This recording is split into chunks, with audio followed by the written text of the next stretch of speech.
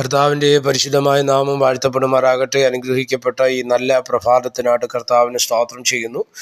ഈ പ്രഭാത സന്ദേശം കേൾക്കുന്ന എല്ലാ പ്രിയപ്പെട്ടവർക്കും വീണ്ടും വരുന്നവനായ ക്രിസ്തയേശുവിൻ്റെ നാമത്തിൽ എൻ്റെ വന്ദനങ്ങളെ ഈ നിമിഷം അർപ്പിക്കട്ടെ.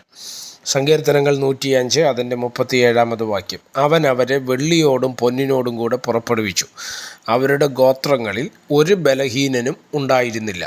ഈ വാക്യങ്ങൾക്കായിട്ട് ദൈവത്തിന് സ്തോത്രം ചെയ്യുകയാണ്. വളരെ അനുഗ്രഹീതമായൊരു ചിന്തയാണ് ഇന്ന് പ്രഭാതത്തിൽ നിങ്ങളുമായി പങ്കുവയ്ക്കുന്നത്. ഇസ്രായേൽ ജനത്തിൻ്റെ മിസ്രൈമിൽ നിന്നുള്ള പ്രയാണത്തിൽ ദൈവം ഇസ്രായേൽ ജനത്തിനു വേണ്ടി കരുതിയതും അതിനെ തുടർന്ന് മരുഭൂമിയുടെ മണ്ണിലൂടെ ദൈവം ഇസ്രായേലിനെ നടത്തുമ്പോൾ ദൈവത്തിൻ്റെ കരുതലുകളും വിടുതലുകളും അനുഭവിച്ചതൊക്കെ വിശദീകരിക്കുന്ന ഒരു ഭാഗമാണ് 105 സങ്കീർത്തനം. അതൊരു ഓർമ്മപ്പെടുത്തലും കൂടിയാണ്. ഇസ്രായേൽ ജനം കനാൻ ദേശത്തിൽ വന്നതിന് ശേഷം ദൈവം ഈ വിധ പ്രവർത്തികളെയും വിഷയങ്ങളെ അവരുടെ മുൻപിൽ ഓർമ്മപ്പെടുത്തുകയും കൂടെ ചെയ്യുകയാണ്. അതാണ് നമ്മൾ ഈ വാക്യങ്ങൾക്കകത്തു നിന്ന് മനസ്സിലാക്കുവാൻ തക്കവണ്ണം ഇടവരുന്നത്. ഇവിടെ നിങ്ങൾ ശ്രദ്ധിച്ചേ, നമുക്കറിയാം 10 ബാധകൾ മിസ്രൈമിൻ്റെ മണ്ണിൽ മിസ്രൈമിൻ്റെ കൂടാരങ്ങൾക്കകത്ത് അടിച്ചു കയറുമ്പോൾ ഓരോ ബാധകൾ ഇറങ്ങുമ്പോഴും മിസ്രൈമിലെ രാജാവായ ഫറവോൻ പറയും നിങ്ങൾ പൊയ്ക്കൊള്ളുക എന്ന് പറയും. പക്ഷേ അത് കഴിയുമ്പോൾ ഫറവോൻ്റെ ഹൃദയം കഠിനപ്പെടും, പിന്നെയും അവരെ പിടിച്ചു വയ്ക്കുമായിരുന്നു. എന്നാൽ 10ാമത്തെ ബാധയായിരുന്ന സംഹാര ദൂതൻ ഇറങ്ങിയപ്പോൾ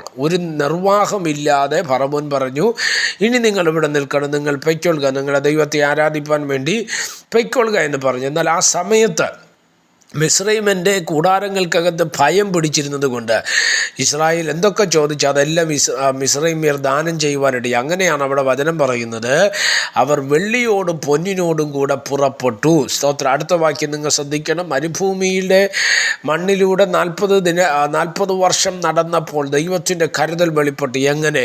അവരുടെ ഗോത്രങ്ങളിൽ ഒരു ബലഹീനനും ഉണ്ടായിരുന്നില്ല.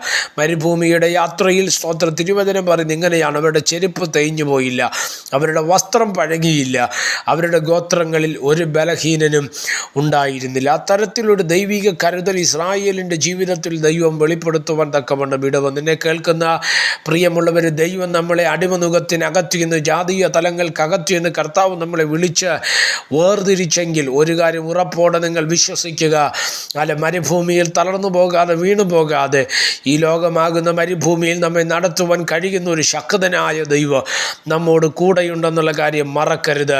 കനാൻ എന്ന ദൈവിക വാഗ്ദത്ത ദേശത്തിലേക്ക് നമ്മൾ എത്തിച്ചേരും വരെ നമ്മളോട് കൂടെ ഇരിക്കാമെന്ന് വാഗ്ദത്തം പറഞ്ഞൊരു ദൈവമുണ്ട്.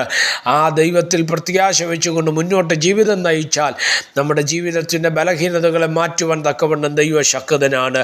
തിരുവചനം പറയുന്നത് എങ്ങനെയാണ്? അവരുടെ ഗോത്രങ്ങളിൽ ഒരു ബലഹീനനുമുണ്ട്. എല്ലാവരും ശക്തരായിരുന്നു, എല്ലാവരും ബലമുള്ളവരായിരുന്നു, എല്ലാവരും ആരോഗ്യവാന്മാരായിരുന്നു.